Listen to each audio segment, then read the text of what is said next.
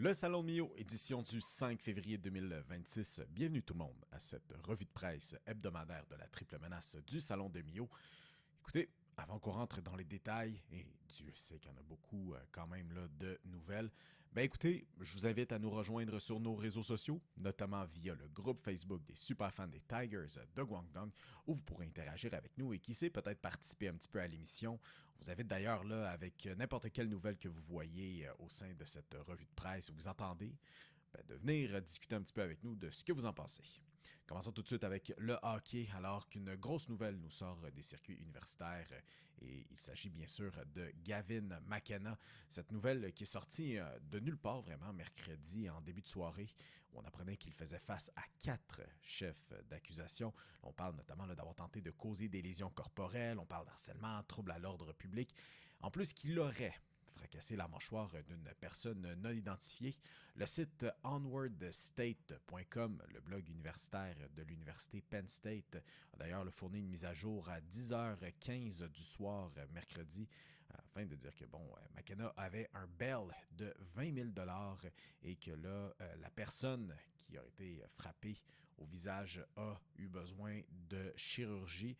En plus que McKenna devrait être à la barre ou du moins devrait avoir cette première sortie publique en cours le 11 février prochain. Alors on va continuer définitivement de suivre le dossier et de vous donner le plus de mises à jour possible de ce côté-là. Alors, gros cas quand même dans le cas de McKenna, comme on sait, il est perçu comme étant le prochain possible premier joueur repêché au total pour le repêchage de la LNH qui a lieu dans un peu plus de 4 mois. 4 mois et des poussières, disons-le.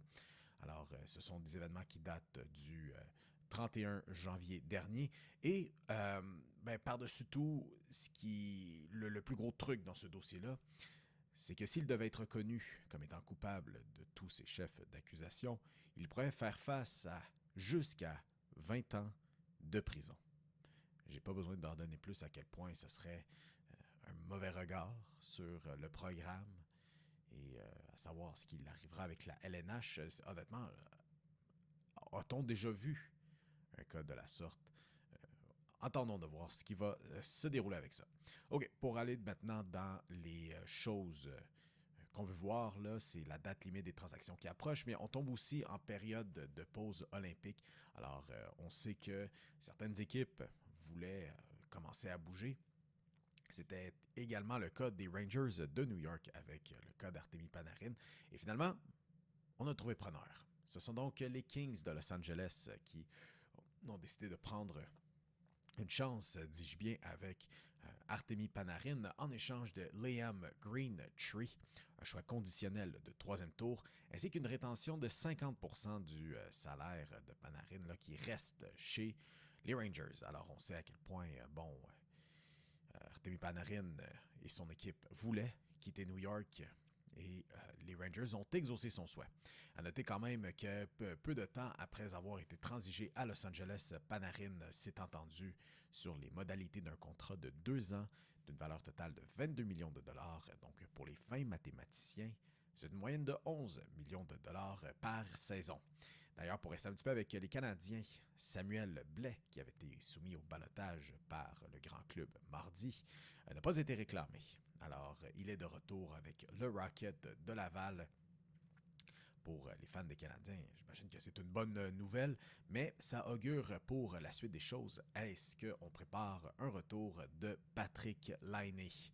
Seul le temps le dira.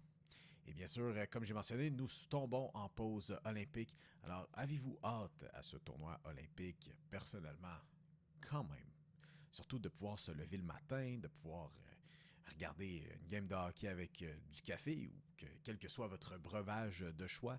Alors, un rappel là, des petits groupes chez les hommes pour avec les joueurs de la LNH qui sont de retour.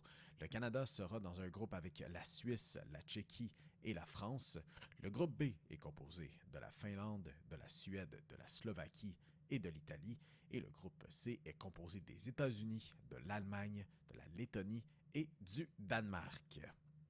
Maintenant, ça a été assez mouvementé au hockey, certainement, surtout avec le cas de Gavin McKenna, mais la NBA, elle, jeudi, c'est la date limite des transactions. Alors au moment que j'enregistre ça, je vous dis tout de suite, Giannis Antetokounmpo n'est pas échangé. Espérons que le temps fera bien les choses, mais ce ne sont pas les nouvelles qui manquent, alors que celui qui a un peu parti là, le bal, c'est l'échange de Jaren Jackson Jr.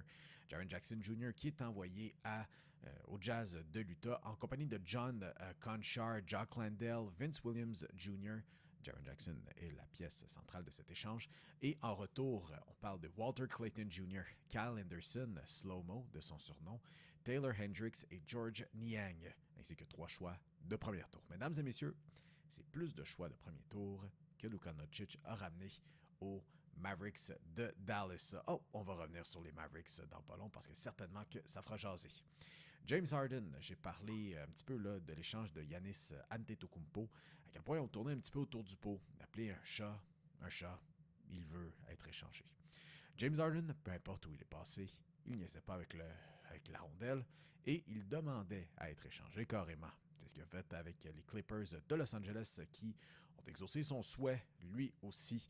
Donc, l'ont envoyé aux Cavaliers de Cleveland en retour de Darius Garland et d'un choix de deuxième tour. Alors, James Harden et Donovan Mitchell qui composeront le backcourt chez les Cavaliers de Cleveland qui tenteront finalement de passer le deuxième tour durant les séries éliminatoires. Alors, qui de mieux, qui de plus synonyme qu'avec le deuxième tour que James Harden? On sait que ça n'a pas été un franc succès dans son cas. Toujours chez les Cavaliers, d'ailleurs, là, on a procédé à l'échange de Lonzo Ball aussi au Jazz de l'Utah. Alors, pour notamment des considérations qui n'étaient pas trop claires, mais on parle de choix qui ne signifient pas grand-chose et souvent des sommes d'argent qui sont associées. Anthony Davis aussi. On s'attendait à ce que les Mavericks bougent aussi dans le camp d'Anthony Davis, donc l'envoi aux Wizards de Washington. Alors oui, mesdames et messieurs, les Wizards de Washington et le Jazz de l'Utah sont acheteurs à la date limite des transactions. Alors Anthony Davis qui est dans un échange qui est plus long qu'une liste d'épicerie, vous allez me dire, qui est envoyé avec Jalen Hardy, D'Angelo Russell et Dante Exum aux Wizards de Washington. Et en retour, les Mavericks obtiennent les services de Chris Middleton en 2026, A.J. Johnson, Malachi Branham, Marvin Bagley, troisième du nom, si jamais vous avez oublié ce nom, Marvin Bagley, troisième du nom, qui était d'ailleurs du repêchage de 2018, qui comprenait Trae Young et Luka Doncic. On parle aussi de 2 choix de premier tour ainsi que 3 choix de deuxième tour. Alors, on peut dire officiellement, peut-on dire officiellement en fait? Pouvez-vous me dire officiellement? Est-ce que l'échange de Luka Doncic était un échec? Les Mavericks voulaient compétitionner avec ce groupe d'Anthony Davis et Kyrie Irving. Et finalement, il n'y a rien. Nada. OK, toujours. Les Chicago Bulls, les Bulls de Chicago envoient Kobe White ainsi que Mike Conley qui avait été acquis dans une autre transaction aux Hornets de Charlotte en retour de Colin Sexton, Ousmane Dieng et 3 choix de deuxième tour. Ça continue de plus belle alors que Jaren McCann, qui était perçu comme l'un des meilleurs joueurs recrues l'année dernière, toutefois, une blessure a mis fin à sa saison. Et puis, bien honnêtement, il n'y avait plus vraiment sa place. Pour citer Martin Saint-Louis, il n'y avait plus la bonne chaise avec les 76ers de Philadelphie. Alors, on a décidé de l'envoyer au Thunder de l'Oklahoma City en retour d'un choix de premier tour, celui appartenant aux Rockets de Houston, ainsi que 3 choix de deuxième tour. Mais, mesdames et messieurs, c'est pas fini parce que les Bulls de Chicago aussi ont envoyé Nikola Vucevic ainsi qu'un choix de deuxième tour à Boston en retour d'Anthony Simons et d'un choix de deuxième tour. Ça continue, ça n'arrête pas ces échanges-là, mesdames et messieurs. Même mercredi soir, plein d'autres transactions qui nous sont annoncées. La plus comique dans tout ça, c'est Chris Paul qui s'en vient chez les Raptors de Toronto en échange d'Oshai Agbaji ainsi qu'un choix de deuxième tour en 2032, mesdames et messieurs. C'est dans 6 ans. Ce qui est drôle dans tout ça, c'est que les Raptors ont dit à Chris Paul qu'il n'a pas à se pointer. C'est correct, Chris Paul, ça fait quoi? fait 2 à 3 mois là, qu'il n'a pas joué, qu'il a eu cette coupure slash terminaison de contrat. Personne ne sait vraiment quelles sont les modalités là, derrière le fait qu'il ne soit plus avec les Clippers de Los Angeles. Mais bref, ils ont dit c'est bien correct, t'as pas de pointer. OK, et finalement, un qui arrive très tard mercredi soir, en fait presque jeudi, ce sont les Warriors de Golden State qui se sont défaites de Jonathan Kuminga. Finalement, vous me direz, c'est terminé la saga Jonathan Kuminga avec les Warriors de Golden State. Ça doit faire 2 ans que les deux camps se disent « Je veux m'en aller, je ne veux plus de toi ». Alors, Jonathan Kuminga et Buddy Hield qui sont expédiés chez les Hawks d'Atlanta en retour de Kristaps Porzingis. On sait que Porzingis et la santé, souvent, ça ne fait que un. Mais bon, qui suis-je pour parler? C'est pas moi qui est payé pour construire des équipes. Les gens qui s'occupent de ça font des beaux dollars. Parlant de gens qui construisent des équipes, vous savez, la semaine dernière, on a discuté du fait que Bill Belichick, à sa première année d'admissibilité au Temple de la Renommée, avait été ignoré par le Temple de la Renommée qui n'a pas reçu les 40 des 50 votes nécessaires pour atteindre Canton, en Ohio. Eh bien, on réplique de plus belle à l'endroit des Patriotes de la Nouvelle-Angleterre alors qu'on apprend que Robert Kraft, le propriétaire de l'équipe depuis 2002, j'aimerais dire, bref, qui est propriétaire de l'équipe depuis belle lurette, n'a pas été sélectionné au Temple de la Renommée non plus. Alors les Patriotes qui sont 0-2 sur leur nomination au Temple de la Renommée, là, il y a des gens qui m'écrivaient un petit peu cette semaine pour dire qu'est-ce qui aurait peut-être pu mener à ça. On m'a parlé, bon, bien sûr, des histoires de tricherie, à commencer, bon, par les ballons dégonflés, mais aussi le Spygate, alors de venir espionner et enregistrer les entraînements des autres équipes. Est-ce que ça a joué dans la balance, peut-être? C'est pas impossible, je peux pas accorder des intentions à des gens. Mais pour avoir ignoré une qualification à Robert Kraft et à Bill Belichick au Temple de la Renommée, il doit y avoir quelque chose.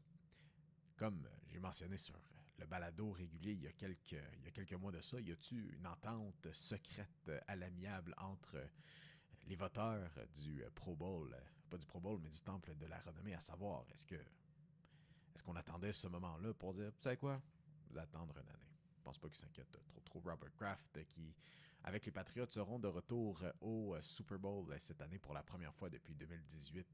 Bien hâte de voir ça. J'espère que vous avez tout en hâte que moi. OK, terminons avec le baseball, alors qu'on a des nouvelles de Framber Valdez qui s'en va chez les Tigers de Détroit, selon Jeff Passan, et notre bon ami de l'émission, Charles-Alexis Brisebois, qui en a fait la synthèse sur le site passionmlb.com, que je vous invite à aller lire et écouter le balado tout autant. Alors, Framber Valdez qui s'en va à Détroit. On parle d'un contrat de 3 ans et de 115 millions de dollars. Maintenant, à savoir, qu'arrivera-t-il du côté de Tarik Skubal? Est-ce qu'il en est aussi à sa fin, tant qu'à être laissé à sa fin chez les Tigers de Détroit? Eh bien, mesdames et messieurs, j'espère que vous avez apprécié de passer les dernières minutes à faire un peu le tour de, mon Dieu, qu'il y en a eu des affaires là, dans cette revue de presse, mais de tous ces échanges dans la NBA et bien sûr ce qui se passe du côté du hockey aussi qui est assez gros. Alors, juste avant qu'on se quitte, encore une fois, je vous invite à nous rejoindre sur tous nos réseaux sociaux. On est également disponible sur Twitter, Instagram, Facebook, une page régulière, ainsi que YouTube où on publie encore plus de contenu, nos épisodes en version vidéo, cette revue de presse en version vidéo et aussi tous les segments de nos émissions régulières. Tous les épisodes réguliers d'ailleurs seront disponibles les lundis matins. Je tiens à rappeler qu'encore une fois pour cet épisode du Super Bowl qui s'en vient, on va enregistrer ça juste un petit peu plus tard. Donc on va quand même avoir ça lundi. Restez à l'affût pour cette annonce. D'ici là, je vous souhaite une excellente journée, une excellente fin de semaine et amusez-vous à votre party de Super Bowl. Salut, bye.